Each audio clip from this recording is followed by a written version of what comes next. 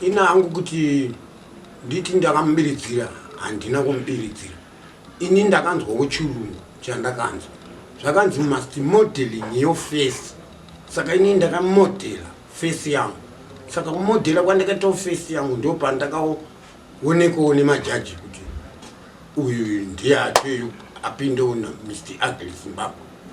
Ndio pandakaongozwa Ndimison Sere #1.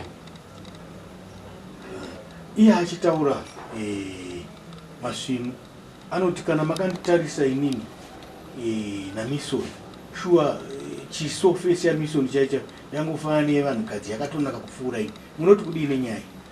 Hungu ichokwadi. Inini hangu ndakanozvinakirawo kasi iye haana kuteererawo pachirungu pakanzi must modeling your face. Haana kupanzwawo. Ndakapanzwa. Saka ndakangoita se ndakaitawo modeling your face. Pana modela face yangu. Makapinda makwikwi aya muri vangani? Takapinda makwikwi aya tanga takawanda. Takawanda. Kana kuma 11 kana kuma 12 asi takangoda #1, #2, #3. Ndio vanhu vakangobuda vamwe vakavesa kabvunze atichada vanhu 3 #1, #2 ne #3. Makwikwidzana makadaro imi ndiye mune mukombe wekuipa nhasi. Zvinokupai chiremerera chakadii kuvanhu kana kuti zvinokupai kushoresai kwakadii kubva muvanhu? Kuvanhu ndinotofarirwa nevanhu. Nanhasi kana ndikaenda kupi nekupi vanhu vanotouya, vamwe vanongondisirawo kana $US kana $2 kana $3, vamwe vachingonditorawo chingonzi ita zvako zvezve, ita zvako zvezve. Ndichingoitawo yangondipawo ndinongoita se ndinongotambirawo. Muri munhu akaroora here mukomamison? Hungu ndakambenge ndine mukadzi asi takazosiyana nemudzimai wangu asi nemwana wayo mukomana ari kwaRusape ndokwanoshanda. KwaRusape ndokwanogara achishanda. Akatoroora atone mukadzi nditorowo nemusukuru atone mwana mukomana.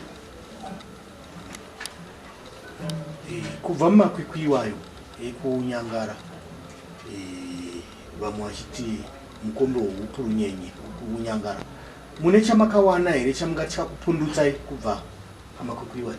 Hapana kana chandakawana kunze kwe$100 iyo yandakapiwa. Utaura $100 here kana kuti 100 mari yedu yemuno muZimbabwe? Mari yedu yemuno muZimbabwe yatakapiwa 100 yepepo iyi yemuno muZimbabwe, not US. Yemuno muZimbabwe yedu 100. Hakuno here zvimwe zvamakazembenge mavimbiswa kuti sezvo muri mawana mukombe uyu tichakupai zvakati zvakati? Ndakangovimbiswa imomo zvichinzi tichakupa imba. Zvikatobuda kana mumapepa anzi tichakupa imba nemotikari. Imba yako yanzi iri kuruwa, motikari iripo, tichakupa. Asi hapana chandakawana. Nanhasi ndakangogara ndakatongoti ziya handino ndikutoshupikawo zvangu handina kana chandinacho. Maishuvira kuti kudii nekuda kwevimbiso yamakapiwa isina kuzadzikiswa? Ndikushuvirawo kuti ndototenda imi kuuya kwamateta ndimi muchatondibatsirawo nekuti handina kana kwekugara kwacho ndinotogara nasekuru wangu ndivavo ndiwo handinotogara navo. Handina kana chii kana wandokusenza hapana wandokusenza. Asi mazuva ndakakwara gumbo ndakangoona rima ndibva ndadonha bhonzoro yapa rabva rarowa reapa rabva rabva panzvimbo. Ndakagara 3 years ndiri kwakutama hospital kwaZvimbo. Ndinotenda hama dzangu, ndinotenda imimi wakuru panike imimi kunyanya imimi mauya kuzondiona. Ndinokutendai ndibatsireiwo, ndikutoshupika zvishuwa ndibatsireiwo. Ndinoda kuti ruzhinji reZimbabwe ndibatsireiwo, ndiritori kushupika. Ndinogara nasekuru wangu amai hanzvadzi yamai vangu ndiwo ndinogara nawo ndikushupika. Kana foni chaiyo handina kana mari yekuti ndiwane mutengo wefoni kuti muchikwanisa kundibatawo. ndinototemba foni yasekuru ndiyo yandinoita kuti sekuru ndo anotofonerwa votonditsvaga kuti uri kupi ndiyo vanotondiudza kuti seizvozvi ndimi makatofundirana nasekuru ndiyo vakatondiudza usafamba. Hatiti kune angava makambani vanhu vakazvimirira vari kuda kuti mudzoke kunokwikwiza mumakwikwi iwayo ekunyangara. Muchiri kuda here kudzokera mumakwikwi ayo? Hungu ndinoda handiramba.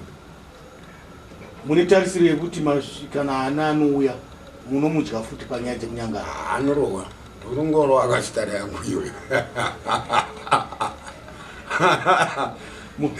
Muri kuva challenge kuti uyai tisangane munyaya dzekuipa? Uyai tisanganeko.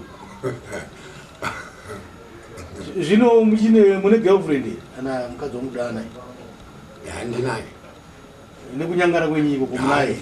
Ndinaye. Muri kutarisira here kuzinge muchimutora kuti auye pamba? Sure.